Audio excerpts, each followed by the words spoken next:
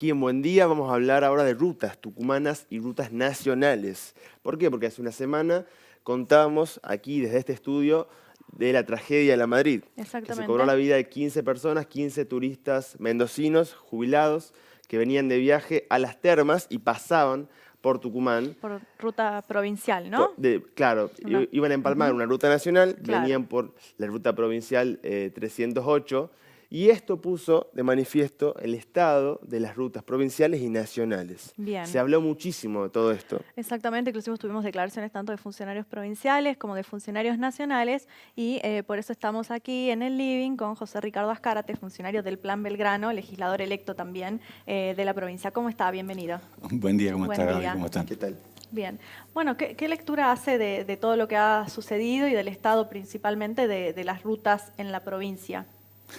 Es notable la diferencia, se nota a simple vista. Cuando uno circula en el norte argentino, así como antes teníamos el orgullo de entrar a Tucumán y se notaba, las rutas estaban repavimentadas, estaban nuevas, a la fecha lo que hacemos cuando entramos a la provincia de Tucumán es notar que hay un estado de abandono, de falta de cuidado, y se nota mucho más en temas que tienen que ver ya no con el estado del pavimento, sino con la señalización. Marco la diferencia también, porque la he marcado cuando he presentado una nota, una queja, y lo he puesto públicamente en todas las redes para que la gente sepa de qué hablo. Me tomé el trabajo de sacar las fotos del lugar del accidente y de describir cómo había sido la mecánica del accidente y la óptica de la gente que venía manejando ese ¿Usted colectivo. fue hasta ahí? Sí. Lo primero que quiero decir es, no existía señalización alguna de ningún tipo en la ruta provincial, en el acceso a la ruta nacional.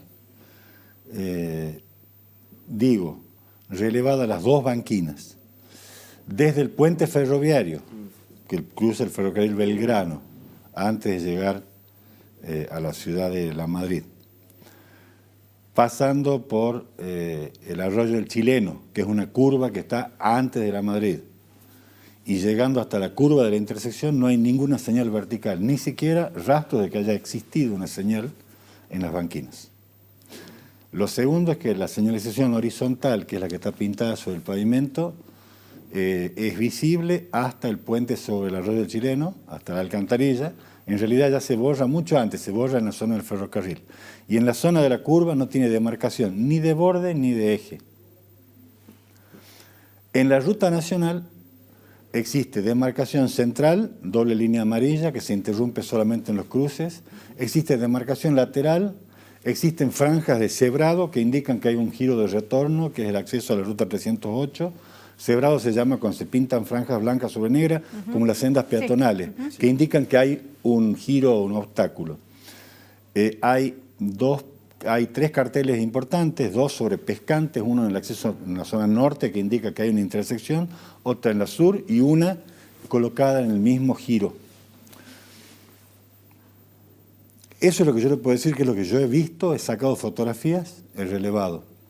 La mecánica del accidente ha sido que el ómnibus ha venido desde oeste a este por la ruta 308 y se ha encontrado con una curva en donde no tenía ni indicación letrero de indicación de disminución de velocidad, que es obligatorio, las señales de restricción, las señales de pare, que son obligatorias antes de las rutas nacionales, porque tienen prioridad de paso las nacionales sobre las provinciales, las señales de ceda del paso, que son señales de restricción y son obligatorias, y no existía en los últimos 500 metros, o sea, desde el cruce del ferrocarril, ninguna señal vertical.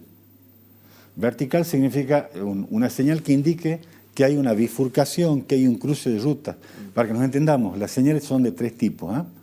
Las señales viales, cuando tenemos verde y blanco o azul y blanco, son las señales que nos permiten orientarnos, orientativas. Es la que nos indica que a cuántos kilómetros queda una ciudad. Las amarillas sobre negro, o sea, fondo amarillo y figura negra, son de precaución. Ya indican que hay un problema, una curva, una bifurcación, una intersección. Ya son obligatorias.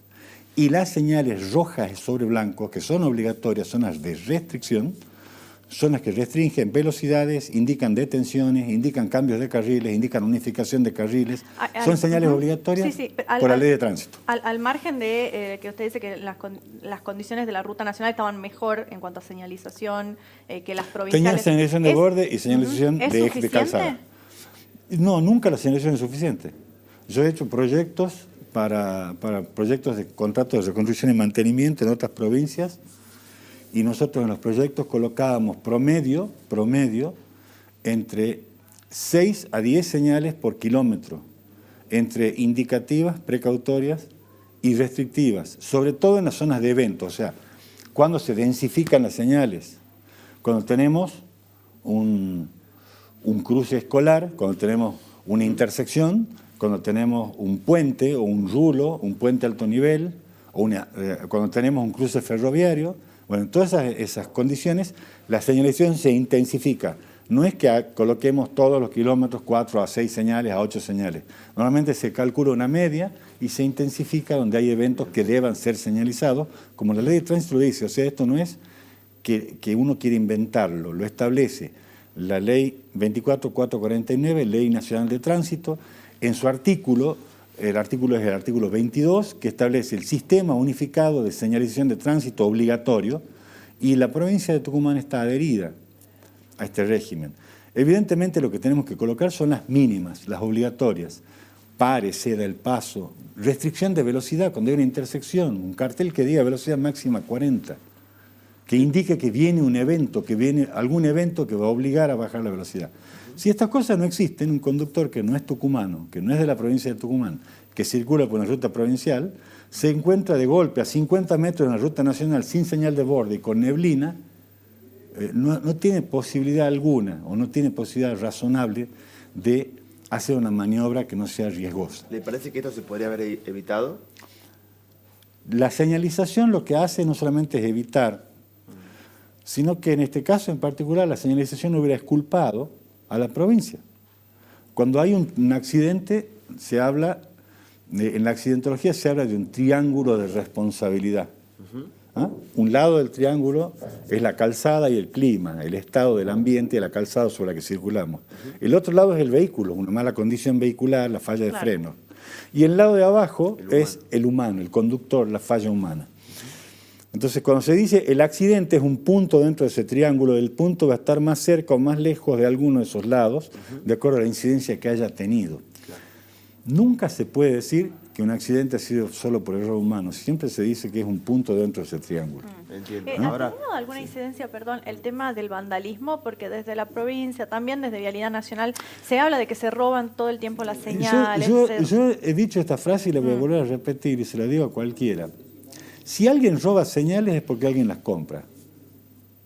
Las señales son carísimas, son costosísimas. ¿Sí? Son planchas de 8 milímetros de hierro doble decapado, pintado con pintura especial. ¿Para qué se usa eso después? ¿Ah? ¿Para qué se usa eso después? Se venden en chatarrerías. Y si un fiscal quiere investigar todo esto, vaya, allanen las chatarrerías y donde encuentren señales, al chatarrero háganlo responsable, porque está comprando cosas robadas, y robar una señal es un delito federal. Es un delito contra la ley de tránsito, que es una ley nacional, y además trae todas estas consecuencias que estamos viendo. Lo que pasa es que acá hay inacción. ¿Cuánto inacción. cuesta? Claro. A ver, la pregunta es, ¿se hace la denuncia correspondiente cuando se roban las señales? Ya pareciera que están... a ver, en Tucumán pareciera que nos hemos acostumbrado a que lo anormal se transforma en lo normal.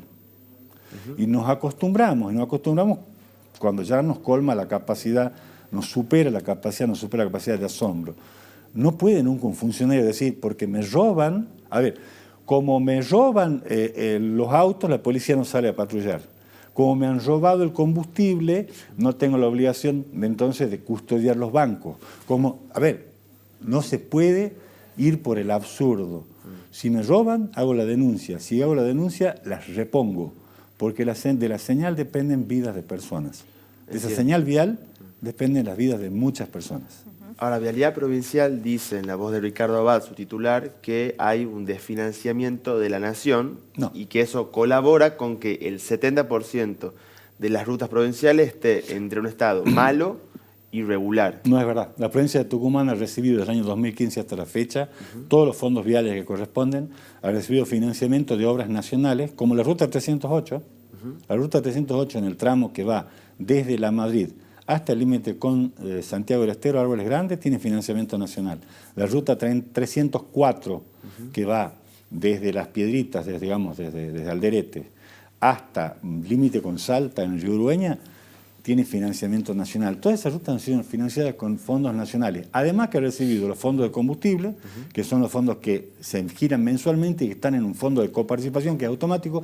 Y además la provincia de Tucumán ha recibido en los últimos años casi un 50% más a valor constante, o sea, valor actualizado con inflación, presupuestariamente de fondos nacionales. La provincia de Tucumán hoy día tiene un 80% de su presupuesto, de sus recursos, provienen de fondos nacionales. Eso le iba a preguntar, porque lo que dice Abad es que no le alcanza con lo que llega de los fondos de combustible. ¿Cuánto llega? No, lo que debe cifras pedir, son? no. Los fondos de combustible son es el fondo 2 de lo que se llama Fondo Nacional, Fondo Vial Federal. Tiene un fondo 1 que es el que queda en Vialidad Nacional y un fondo 2 que se coparticipa en las provincias. Tiene un régimen de coparticipación que es por ley y esos fondos son automáticos. O sea, esto no es que la nación dejó de mandar, eso es automático.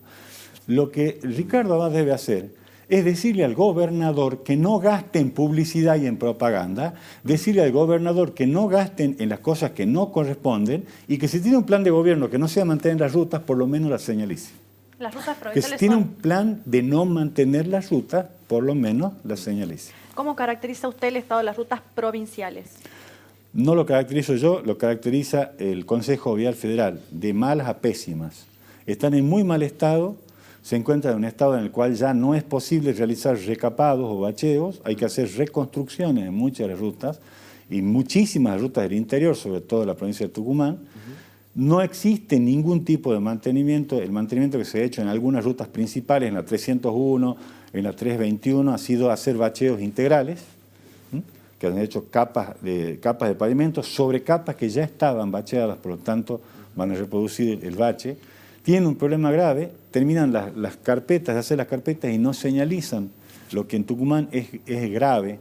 En Tucumán empieza la época esta de otoño-invierno en que pasamos a tener lloviznas, días de mucho frío, y por las noches directamente circular una ruta cuando está la carpeta negra recién colocada y no hay señalización, la gente ni siquiera se ubica en la calzada del camino. Lo que hay que ser muy cuidadoso en esto. Yo puedo, y lo voy a decir con todas las letras, yo puedo haber decidido que es más importante construir el CEPLA, escuelas y algunas obras que son las obras que la provincia exhibe permanentemente en el Tucumán en noticias y nos enteramos todos porque son las mismas obras que las van repitiendo. Ahora, yo he decidido hacer eso y no mantener las rutas, pero lo que yo no puedo dejar de lado es la señalización porque es obligatoria. Yo puedo tener las rutas con agujeros, con baches, con lo que sea, pero tengo que tener señalización vertical que diga que hay una curva, que hay una intersección, que hay que detenerse, que hay que parar, porque de eso depende la vida de la gente. Del otro depende la economía. Un vehículo se va a romper más o menos, se va a andar a menos velocidad, pero de que no existan señales de restricción depende la vida de mucha gente. Bien, bueno, muy bien. Lo cambio de tema. ¿Va a estar acompañando al presidente en la visita de mañana? Voy a estar acompañando al presidente en la visita de mañana. He estado en los actos del 9 de julio, aun cuando el presidente no era Mauricio Macri en las visitas anteriores, y en los actos del 9 de julio, mientras me ha tocado poder ir a un acto, he ido a un acto de la provincia de Tucumán. ¿Tiene información respecto de qué autoridades lo podrían acompañar? ¿Quién lo va a acompañar? Tengo entendido que viene el senador Pichetto, viene como senador de la Nación Argentina, para el que tenga suspicacias. En todas las visitas presidenciales siempre acompañan un cuerpo de legisladores y siempre acompañaron por invitación senadores y diputados de la Nación Argentina. Yo recuerdo el 9 de julio del 2016 y del 2017 también, así que esta vuelta la invitación se hizo extensiva a Miguel Ángel Pichetto y va a venir parte del gabinete, seguramente algunos ministros y secretarios de Estado. ¿Marcos Peña vendrá? Lo voy a saber, digamos, entre esta noche y mañana, porque eso lo deciden en el momento, y en las visitas presidenciales el protocolo y la seguridad son manejados por la Casa Militar de Presidencia, así que son datos que normalmente tampoco damos a la prensa, aunque los tuviéramos. Lo que sí les quiero decir, el 9 de julio es una fecha muy cara, no para los tucumanos, ni siquiera para los argentinos. El 9 de julio de 1816 ha sido la primera fecha independentista latinoamericana. Es más, a los que van a ir de visita a la Casa Histórica, en el salón donde se hizo la jura,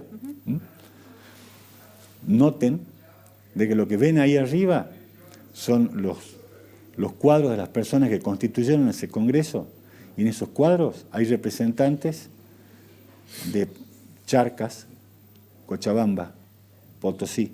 O sea, la audiencia de Charcas, que era la máxima audiencia jurídica que tenía el norte del virreinato y de las provincias unidas del Río de la Plata, estaba representada.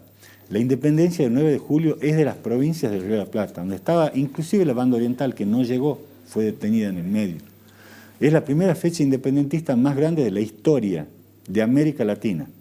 Entonces, hablar de la tucumanidad de esa fecha o de la argentinidad de una fecha que nos trasciende es un error. Tenemos que empezar a pensar en que Tucumán ha sido la cuna de la independencia latinoamericana.